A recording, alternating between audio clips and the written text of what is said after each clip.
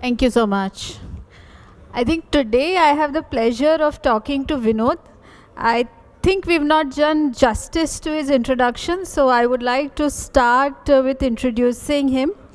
Vinod is electrical engineer from NIT Surat and a 93 batch of MBA from IIM Bangalore. He joined Unilever from campus, and his first CIO role was in 2000, just 7 years into his career. So clearly, he has done the CXO job for longer than most of us have, and it is, I think, our great pleasure to be able to hear from Vinod today and understand his experience doing the CIO job for 25 years now and spanning 19 domains. So I think there's no one better than Vinod to tell us about what tech debt is and how it works and how possibly we can navigate it. So maybe Vinod, I'll start with the first question. I think could you please tell us and the audience what is really tech debt and what is it that is plaguing us in tech today? Right. First of all, thank you for embarrassing me. It's always a great way to start a discussion like this, Shivai. But, I really, this is a topic that resonates at multiple levels with me as a practicing CIO and as a digital leader. See, the concept of technical debt in this software era is very simple. You do something which you know is suboptimal, knowing fully well that you have to go back and do it again right. But what has happened is, in a very different sense, technology debt has become really our inability to implement quickly those things that we need to do. So anything that stops us from implementing something that we would like to implement for the benefit of the organization is tech debt. And I'll give you an example of what we're talking about. Let's say that you want to implement machine learning. Now, oftentimes, if you read the magazines and all of us meet exciting partners like some of those in this room, and it looks like this is ready to go. But when we look back at our enterprises, when we look back at what we have in our server rooms and data centers, we realize that we can't go out and do what we want to do. And why is that? It's because our technology stack is not compatible. It is because decisions that we made as recently as a couple of years back in full wisdom don't work for us anymore. Is it also because we are doing a lot of jugaad as we go along, trying to be smart and trying to drive outcomes? Certainly. I think that is a very big part of it, because in most cases we solve the problem, the immediate problem. And the idea is really that obviously we look at it as something that is good, and that is exactly the reason why, for instance, somebody does a software fix which is a quick fix and then hopes that it will hold long enough for you to do it properly. But the truth of the matter, we know it, is that many times you never come back to fix it. Same with 80-20, we solve 80% of a problem, the 20 stays. You never get around to that. So it's a very similar thing with infra, it's a very similar thing with applications, where you do what is convenient to solve the problem right now. You put your finger in the dam, but now your finger is stuck in the dam. And is it because we don't do a good job of, maintaining a log of where our tech debt is? What is the relative importance of one versus the other? And certainly one of the reasons, but I would say there's a bigger reason. The bigger reason is really that we take the choices that we understand. That is, we make these choices on a tactical basis. We don't start with a view that flexibility is your end goal. For instance, one of the basic premises of any software vendor suite is integration. right. Native integration. You'll find 6 pages about how they integrate with everybody natively and how this is really great. And that is really convenient. But that is really the enemy of the kind of flexibility that you need in today's world, and we make that choice consciously. And it's a great choice, except when it isn't. If you understand what So you're telling us that there is a certain cost to flexibility. Oh yes, I think one of the biggest notions, and this is something that I get very irritated about often, is that there is an assumption that flexibility is free. You know, and I was giving you this example about if you want to turn a car, you need space around that. You need enough of a turning radius, you need enough of a wheelbase that you're able to turn the car. Now, if you cut your cloth so fine that you don't have the space to make that turn, you're really stuck. And this happens a lot because we've been used over years of cost focus, over years of practicality. We've been used to cutting our cloth Optimization. very fine and not leaving space. So flexibility is a choice. First of all, I think flexibility is a design choice. And then flexibility has operational consequences, has cost consequences. But flexibility is the only thing. And you look at these tech cycles now being so short, how on earth are you going to manage without flexibility? You are stranded on an island with no way to go back or forward.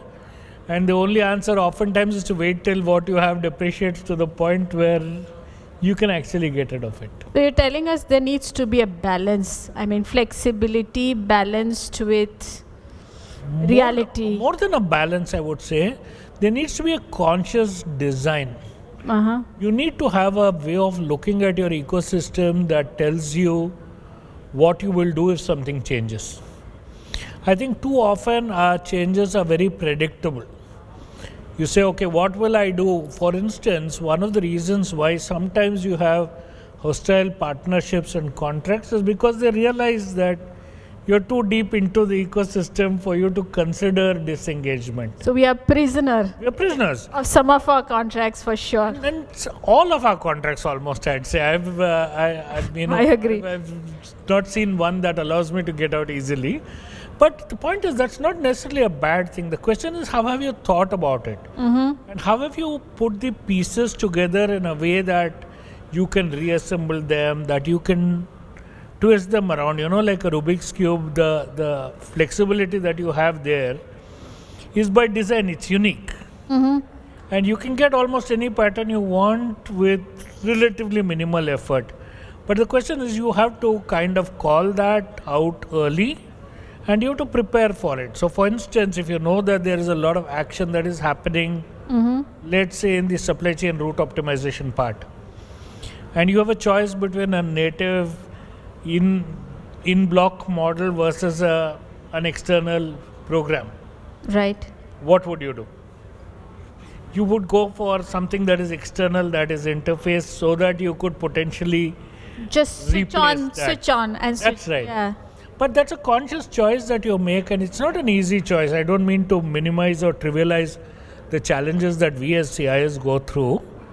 But certainly, you know, at the point in time when you're making these choices, I think it is important to say that I will be flexible by design, and therefore I will build modular, I will build separate, I will build a best of breed, rather than perhaps I will take the monolith because it's the easiest thing to do. The contract piece which you mentioned is really interesting. So I really want to understand from your vast experience, is this, organizing this Rubik cube of contracts easy in an enterprise-wide kind of a contract with a tier 1 vendor, or we could do it with all kinds of partners, all sizes of contracts? What would be your advice? So I think willy-nilly you have to do it with everybody that you contract with. But I think you have to balance, you have to hedge that with what the cost of switching is. Right. I think, where your cost of switching is relatively low, where your lock-ins are really low, where you are really on a pay-by-the-drink basis, you don't need to kill yourself trying to get a favorable contract. But anything that looks like you will be stuck, where the costs or the efforts of movement are prohibitive, is where I would spend most of my contracting energies on. Right. And with all due respect to partners, I think there is increased flexibility in the market. People understand that there are plenty of new, exciting, agile software providers that offer valid choices. So I think it is really encouraging to see some signs of that, but I think you'll never know till you try. Yes, absolutely, absolutely. I want to shift the gears a little bit and talk about this new age industries which are coming up. So, for example, when you started in e-commerce, it was really new, and India was getting into e-commerce, and it was the exciting thing to do. Do you think there is tech debt in this new businesses, new domains as well, or is it only with established companies? I'd argue that the faster the industry changes, the more likely you're likely to have tech debt. So something like e-commerce, something like quick commerce, something like quick delivery, these markets change daily. There's a reason why many of them don't use package software, None of them do. Yes. because these markets change every day. So your need for flexibility is actually to the point of business irrelevance. That's why the Olas of the world, that's why you cannot afford to be dependent on a fixed platform. That is really why you need to have ultimate flexibility, and that is where you have the most tech debt, I'd argue. Because you build, you scale, you throw resources at it, and now you have to reconfigure it sometimes on the fly. When I hear about e-commerce companies having 4-hour, 6-hour build cycles, Absolutely. you understand what that means from that system. The good news is that they're a lot more used to it. They understand the dynamics of industry change much better than others. So in a way, they're prepared for it. You don't have the same agonizing boardroom battle about iska kya karenge, and last week you spent all this money and this week you're asking for more money, because to them the technology is the business. But I think I would argue the flip side, this 4-hour, 6-hour build cycles, which, tech companies have, more often than not in our boardrooms, we are given the same example, saying, they do changes in 4 hours, you're asking for 4 months or, 14 months. Why can't you do it as fast as they do? I mean, this is the new reality. You guys are too slow. How do you deal with that? None of them are on enterprise platforms, and I think the key again comes back to the point I just made. It's that the product is the business. The technology is the business. The technology is the reason they live. And they know that messing with that is likely. There's a reason why the CTOs of these companies are often the most powerful people in these companies. True. And obviously, I think the point at which they voice these, they come from a different position altogether, which is their criteria for success are speed, not perfection. Right. Launch quickly, launch 10 variants, do A/B testing. Fail quickly. Exactly. And I think they live by that and they mean it. That they would rather be fast and fail than take their time about it. And I think explaining that, or being able to explain that to our business stakeholders, which is say, do you really want to see your site go down, for a couple of hours because we were too fast? Do you really want that? And I think you'll find that your CFO doesn't want it. Absolutely not. Never. So, can you help share a specific success story, where you've seen that an organization has actually transformed its technical debt into competitive advantage? Do you think it's even possible? Or we are always in like a catch-up when it comes to technical debt? Well, I think if you allow technical debt to go far enough, then you have truly transformational opportunities. Okay. I don't want to take names because it's obviously somewhat embarrassing. We should let the pot simmer for a bit. But I'll just say that this is really, I'm talking about a company in the services space that had fully deprecated or depreciated infrastructure. And one of the powerful arguments that the CIO of that business used was to say that, look, I have nothing to write off. That my new investment is all productive from day one. So typically the problem comes when you're halfway across the depreciation journey of one or more large softwares. But even when it's fully depreciated, the argument always is it works. So why should we pump more money into it? To a great extent, it works, but it doesn't. I would be very surprised if it worked well. I've used this analogy a lot in companies. When you're working with technology that works, but just works, it's like driving your car with the handbrake on. It'll still get from point A to point B, but it destroys the hell out of your car.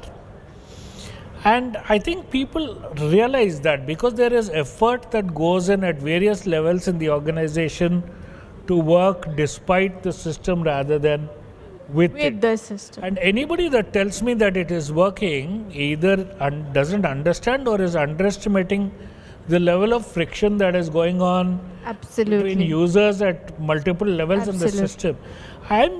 I can't tell you the number of times that I've visited companies, I've visited partners, and I've seen people fighting with their systems.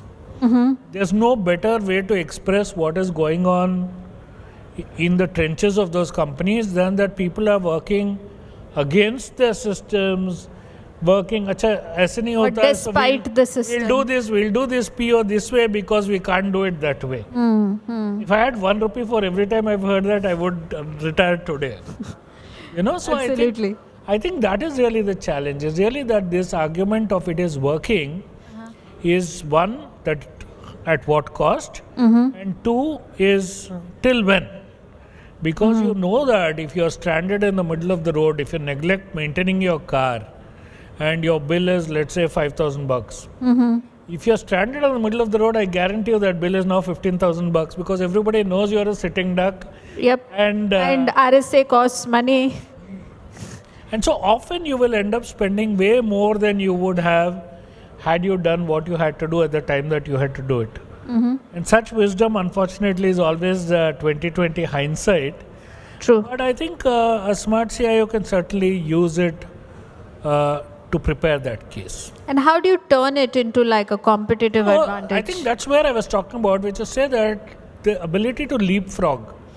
What happens when you start from a high-tech debt solution is that your ability to take risk, your ability to re-architect your system in a flexible way from the ground is much larger than if you have 60% of your landscape that is in good shape and 40% of your landscape that is in trouble. Right. Basically, 100% in trouble landscape is a great recipe for To start. wipe the slate clean and start again. And to my mind, it gives you a leapfrog effect because now when you've done that, you are more nimble, more agile, more flexible.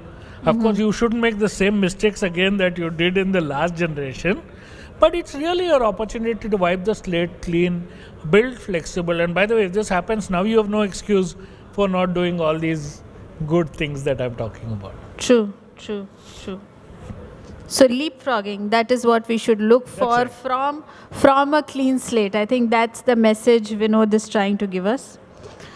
What you see are the global trends in modernizing, and you have had extensive work experience, abroad, working in Europe, in many business domains.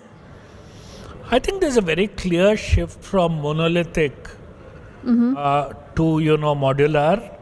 I think what I see clearly is that even partners who have sworn never to interface are being compelled to interface by the fact that there are new things coming up that you need.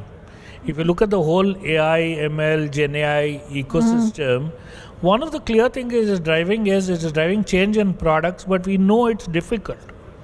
Right. So enterprise partners struggle with these changes. They're always 2 generations behind the best in the market because they have the same technology debt, by the way, as others do. So for them to layer AI on top of their enterprise applications is not easy. Some of them have been trying to do it for 5 years with moderate success. So I think what is happening is you're going from monolith to modular, and to some extent, even those that commercially use their heft to prevent this from happening have given up.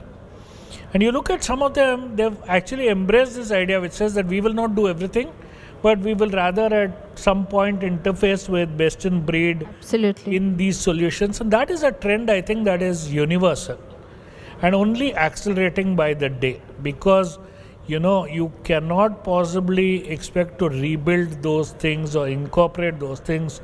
And by the way, by the time you do that, something else has come. Yeah. So you're behind the curve further. And I think enterprise partners have tried that and failed and learned and said now, no, we'll let these guys do it and we will link up with it. And what does it mean for us as CIOs? Is it now more expensive to maintain because now we have best of breed and... I'd like to think so. But I think if you were to take the trade-off of flexibility, this is also part of the cost that flexibility Cost of entails, flexibility. is the reason to maintain it. But I think the other part also comes that as you make it more modular and self-contained, your maintenance also becomes more modular and self-contained. As I was saying before, if you have a component in your stack that is susceptible to change, you focus your maintenance there and you pull back maintenance from those things that are furniture. So you have opportunities to arbitrage even within maintenance. Otherwise, what ends up happening is that you get all these granularities get lost in that big percentage of your application support cost that goes into application maintenance today. True. Today, you're just happy being monolithically, invested in that. Whereas now you actually have opportunities to optimize it, which you might not have had before. True, absolutely. I hear some buzz around the Concentrix booth. A buzz around the Concentrix booth.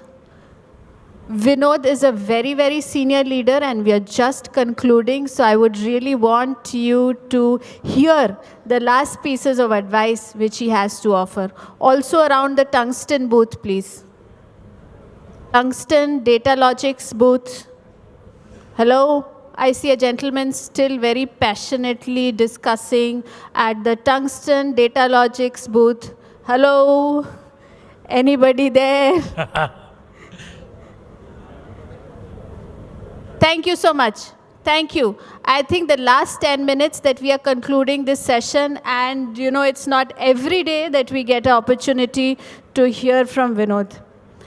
So Vinod, my last question, and I think this is the most important one for us to benefit from you, is what advice would you give to technology leaders like us, in the audience, to convince the boardroom to invest in addressing technical debt? I think this is the key and the most complex. Literally the $1 million question in the room. So let me, kind of venture a few guesses. I wish I could say I had all the answers. I don't, but I can certainly give you some key directions. So one approach that has worked for me in the past is not to sell it as addressing tech debt. The minute you talk about it as addressing tech debt, you're creating willy-nilly a negative perception around it. And you are getting sidetracked into discussions around, whose decision was it? What were we thinking when we made that call? And a bunch of unproductive stuff. So my approach has been much more to concentrate on what we're getting. So when you talk about what the future looks like, for instance, when a CEO comes to you and says, "Hum AI mein kar kya rahe?" Right. Do they even understand? Well, they may not. But the point is this, that if you're able to sell the premise of what they're getting, then you can use an approach which I call pulling on the string, which is that, you buy the new part and then you pull on the string to see what else you have to change below that in order to make that work. Now, under that initiative, therefore, you are able to often bring in a lot of the addressing of the technical debt without necessarily calling it out explicitly. Because what you are doing is what you are saying you will do, which is implement whatever new thing it is. We should focus on the impact. Absolutely. I think sell that and allow this to float in as part of the details. What do I need in order to make this AI work? I need data. What do I need? Where do I need this data from? What's the problem with that data?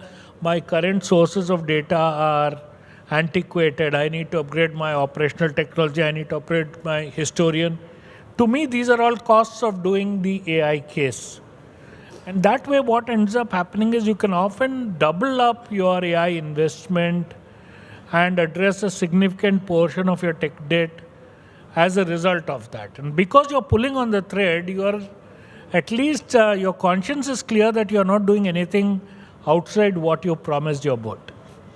And I think boardrooms respond to that. See, I think at an intuitive level, boards and CEOs understand that this phenomenon exists. Conceptually. They know that our systems may not be at that level of maturity that we Or can up to handle. date. But they're hoping that you will do what they want you to do or what you and they agree Some magic. be done. And part of that magic is retrofitting your existing infrastructure. Part of that is correcting your historical imbalances. Only I don't think you need to spell it out for them. Because in and of itself, refreshing tech debt and saying I need money just to contemporize what I have, Right. the best way to avoid it is to make yourself flexible in the first place and not get into it. In that sense, it's always a bad thing when you have to go back and say, well, my car is about to stop in the middle of the road. Now Therefore, pay for roadside assistance. that fear, uncertainty, doubt Right. works, but often at a high cost of your credibility, particularly if you made the decision in the first place Right. to invest, and often you can't pull it a second time. That is, if you got it once, you got it once, but that is your Hail Mary. After that, you don't have that We option. don't have that option. So thank you so much, Vinod. I think couple of themes which I learned from Vinod today is about flexibility, cost of flexibility, focusing on the impact, that all companies struggle with tech debt depending on whether you are new or old or a legacy or 200 years old, and that we can actually fix it. Yeah, we can actually fix it working together with our stakeholders, focus on marketing ourselves well so that they understand the impact. Thank you so much, Vinod. Sure. Let me just add one thing, Shimi. First of Yes. all, thank you so much for pointing out on the noise part of it and so on, because I think, look, this is not a comfortable area when it comes to IT. This is not, this is the plumbing. This is the sewage pipes of our trade. Absolutely. And for want of a better word, we don't talk about this. We tend to focus much more on the things that go well. And we don't often get a chance to talk about what is it that, we don't do necessarily as well as the rest of it. And, this is the major reason why CEOs' perception of IT suffers. Because they are being bombarded in media, in life with messages that say, oh, SpaceX is doing this, this is what is happening here, Go this to is what is space happening in 3 there. months. And suddenly, you when they come back and ask you, why can't we do that? Yeah. You don't really have a good answer to that. And if you argue it from a position of if you wait to be asked that, then anything that comes out of your mouth will look defensive. It's in the nature of things that if you say, "Nee, I can't do it because our systems are too old," then you've already lost the plot. You are, not probably best positioned. I think it's very important that when you have this dialogue, when you are investing, take that 5%, take that 10% more to build, make it flexible. It'll save you a lot of embarrassment 2 years, 3 years down the line, and hopefully it'll Absolutely. position you much better for doing what you want to do and what you should be doing, which is implementing the right tools for your business and keeping them at the cutting edge of technology. Thank you so you so much, Vinod. Thank you so much for sharing your rich experience with all of us. Thanks a lot.